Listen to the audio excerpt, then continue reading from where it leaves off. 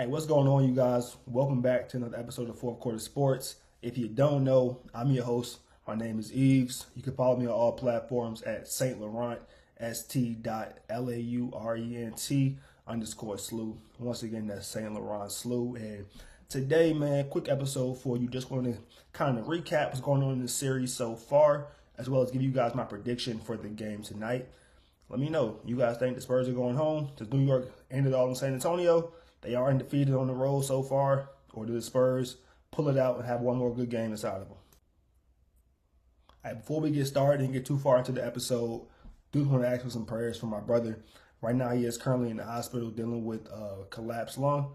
And hey, I know you're watching the show right now, man, so don't worry. The doctor says you can't laugh. That's cool, though. It's not a damn thing funny. I don't got no jokes to crack, nothing to smile about. The Spurs, if you guys haven't seen somehow by now, blew the biggest lead in the NBA Finals of all times. It's no way possible you are supposed to lose a game where you're up 29 whole points, and you lose that game, man. I understand it's MSG, it's Madison Square Garden, it's the biggest arena in the world. You guys are in the Mecca. I understand you're playing the Knicks team that's only lost once since April. They're probably the highest team in playoffs I've seen personally in my 30 years on this planet, my 20 years watching basketball. But it's no way possible you are supposed to lose that game. And everybody wants to point to Wemby, missing the free throws, that horrible decision by De'Aaron Fox to try to attempt a layup over all NBA defender instead of pulling the ball out and getting fouled. But truly and honestly, all the blame needs to be on Mitchell Johnson. Actually, I know if that's your name or not, Mitch. Honestly, I don't care if it's your name or not. Honestly, for real, hey, Mitch Johnson, lose that last name because your last name too close to my last name. It's my own last name. And I don't like being associated with losers. And Mitchell Johnson, you are a loser. You are handed an amazing roster. You have an anomaly. You have a 7'5", face of the league caliber player. You have Dylan Harper. You have Steph Castle. You have two amazing young guards. You have the sixth man of the year in Keldon Johnson. You have an amazing vet in Harrison Barnes. You got De'Aaron Fox, who was the inaugural NBA Clutch Player of the Year, despite having one of the most unclutch plays I've ever seen in my life. You have an amazing team. This team is going to be, competing for the finals for the next 10, 15 years. And Mitch Johnson, honestly, I don't see you competing with him. It's no way that happens with Greg Popovich. And I know Pop was, I don't know if he travels with the team or not. He had stuff going on.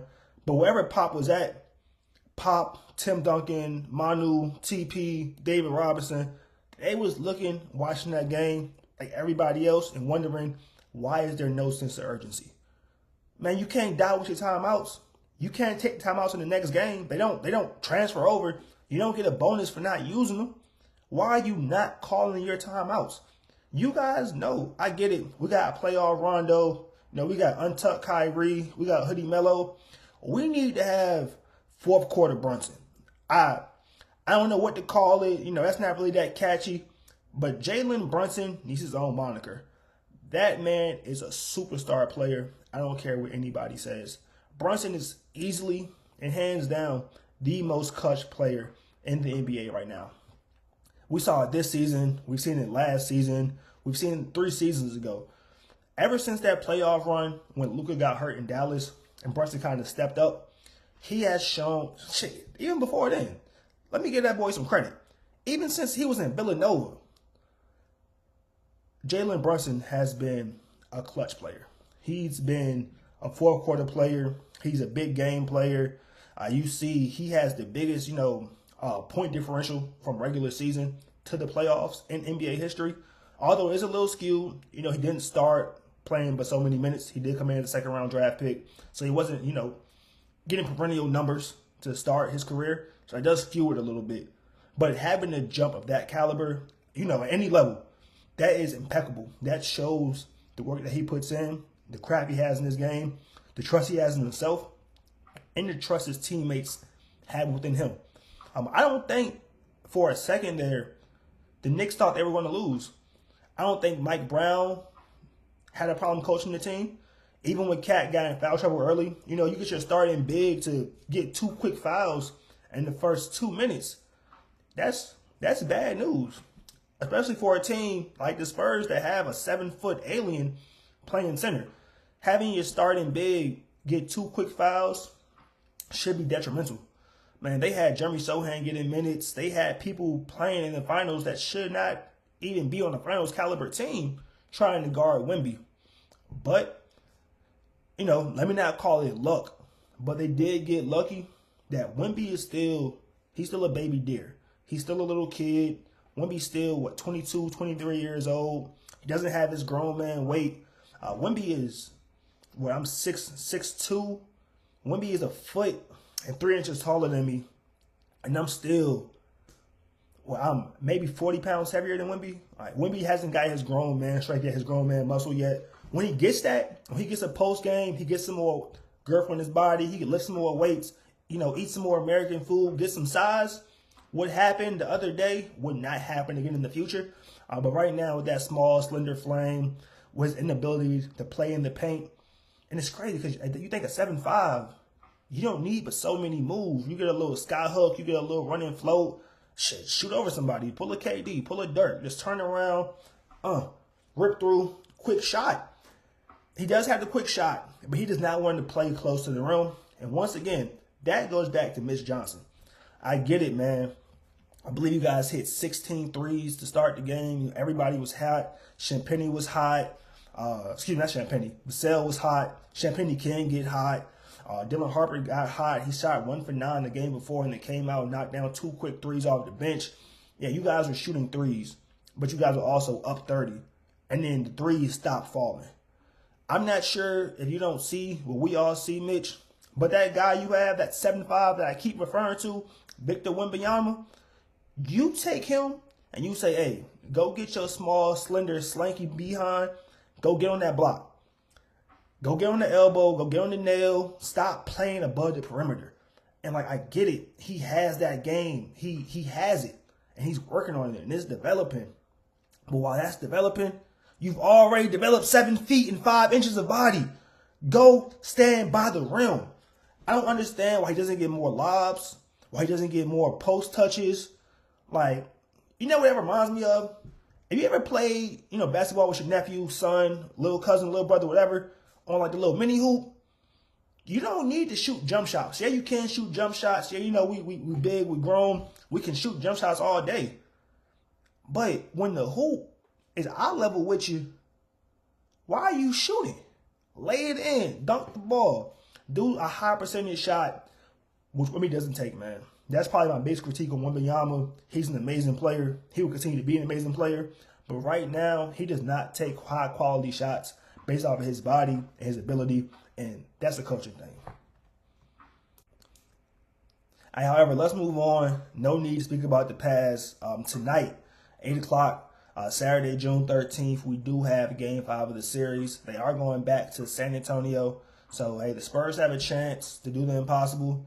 We've only seen LeBron and Kyrie and that Cavs team come back in 3-1. It's only been done one time in the NBA Finals, at least. I think they have a chance. I think this Knicks team has showed flaws. Obviously, they're beatable. The Spurs have been up. They should be up 3-1, honestly. They blew a big lead to start the series. They blew a big lead in the previous game. If you look at the game, look at all the games combined, it's probably been the best series we've had since 2016. I guess you put last year up there. Last year was a great series as well. A lot of people weren't really a fan of the 2 small markets, OKC, Indiana. I liked it personally. I liked it when it went to 7 games. I wish Halliburton would have stayed healthy for Game 7. Who knows how that could have went. But moving beyond that, I do think that the Spurs do have a chance to win the game tonight. I don't think that it ends tonight. I just think we have a masterclass from Wembanyama. As we know, he's really dedicated. He has that Mamba mentality, that Jordan killer instinct. At least he portrays that. I think he comes out tonight. He rallies the team. He gets the monks going behind him. I think he starts the game early, attacking the rim. Maybe like a 10-point first quarter, 12-point first quarter, something crazy like that. I think Brunson brings them back, keeps the game close going into the fourth. But I don't see a way that the Spurs lose this game tonight at home. I just think as a man, and let's look at it as a man, as a grown man, as an adult. You don't let nobody come into your crib and beat your ass 3 times, man. Y'all were the favorite in the series. Y'all are the higher seed. Y'all have home court advantage. And to this moment in time, that hasn't mattered. They came into San Antonio every game and not beating you guys.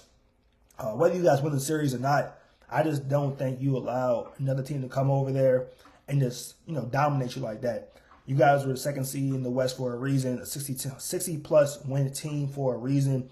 I don't see a way that you allow another team to beat you at home 3 straight times in a row in the NBA Finals. And even going back to regular season, the Spurs had not matched up well with the Knicks.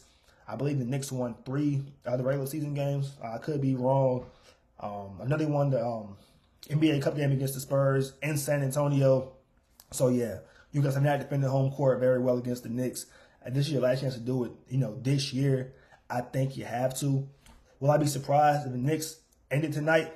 No, I wouldn't. The Knicks are an amazing team. The Knicks are a hot team. I've never seen a team be this hot going to the playoffs. Besides maybe them old Warriors teams, 7-3-9, of course, they were really hot. The KD years, they just kind of steamrolled through the West till they matched up with OKC. But outside, the rare occurrences, this is one of the hottest teams we've seen going into the playoffs. They really only ran into troubles against the Hawks, surprisingly enough. They kind of manhandled the Cavaliers. I don't know who they played around to. That's not important. It could have been the City of Philadelphia. It could have been the 76ers. That's neither here nor there. They won the series. Healthy Joel Embiid, whole different series, but we ain't talking about that right now. But, yeah, hey, I do think the Spurs, handle business tonight, take care of home court. But I would not be surprised if the series ends tonight. Hey, if it's ever a fix, if it's ever an Adam Silver phone call, you cannot let the Knicks win the finals in New York. That place is turning into Gotham. Like, we might not have the city in New York again. It's going to be decimated. People are going to run through the city. People are going to act an ass. People are going to have a good time. I'm here for it. I'm here for it. I love it, man. If they do win, I will be at the parade rocking the Sixers jersey. I'll still be there. I think that they do have a chance to win tonight. Of course, they match up well. OG Anunoby trying to make his Finals MVP case. He's playing like probably the best role player we've seen since 2016. Iguodala, he won them the game.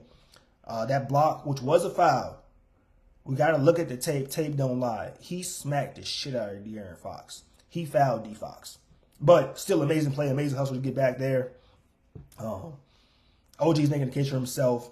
He's averaging about 20 over the last couple of games. It's really nobody that can stop OG on the Spurs.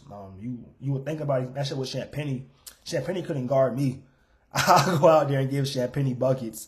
I really would like to see Harrison Barnes get more minutes. I know it sounds crazy, in 2026, but he's an amazing perimeter defender. He has the length and the size, and when he has the size to match up with OG. Champagnie can't move his feet that well. Keldon, I love you, man. Nothing but love for you, Keldon, Virginia boy. But you got to play better, Keldon. You have to show why you are the 6th man of the year. You're getting outperformed by Josh Hart. I know Josh Hart's a starter, but y'all have that same role. Y'all have that undersized build, kind of that husky build. Keldon, you need to be crashing the boards. You need to be boxing out. You need to be doing all the little dirty things. You need to just be playing the game in between the games. It shouldn't be nobody, crashing free through a lane when you're in the game. It shouldn't be nobody picking up, 50-50 balls. You should be doing that. You should be setting hard screens. You should be running to the rim. When you get a chance to spot up, you got to knock them down. But hey, Keldon, nothing but love for you, man. Looking forward to seeing you have a big bounce back game, showing why you were 6th man of the year. Steph Castle, Dylan Harper, you guys have been spectacular. Steph, please turn down the turnovers, man. Slow it down just a little bit. I know you want to win. I know you're young. I know you won your whole life. But you got to slow it down, man. The turnovers you make, they're untimely. And every turnover is not the same. It's a difference between, a bad pass early in the game, but it's detrimental, a bad pass late in the close game. And that just comes with time, man. You guys are still young. You guys got to get better. Think you know what to do. Get your ass at the rim and dunk the ball. Looking at the Knicks, you guys might have the best coach in the NBA. Hey, Big Mike, I see what you're doing, man. I didn't see it at first. not using Cat as a traditional big. I know he can shoot the ball, but running your offense through Cat has been one of the best adjustments I have seen in the recent NBA. Cat kind of playing this, and please, man, forgive me, because it's disrespect on both sides. Saying Cat plays like Draymond, you got to know what I'm saying to know what I'm saying. He's not the defender Draymond is, so don't want to, downgrade Draymond like that. Draymond's an amazing defender. That's not Cat's role. But offensively, the ability to shoot a three, of course, Cat's a way better three-point shooter than Draymond. But being that big man that can kind of tell, set back, shoot a three, or can run the offense, getting Brunson off ball, allowing Brunson to kind of play like Curry a little bit, run a lot of Iverson screens, run a lot of off-ball movement, a lot of DHOs. The ability to get downhill for Brunson as opposed to, Curry coming off screen behind the three-point line. The ability to get Brunson the ball, let him go downhill and drive and get a head full of steam has been the biggest adjustment we've seen in this series here.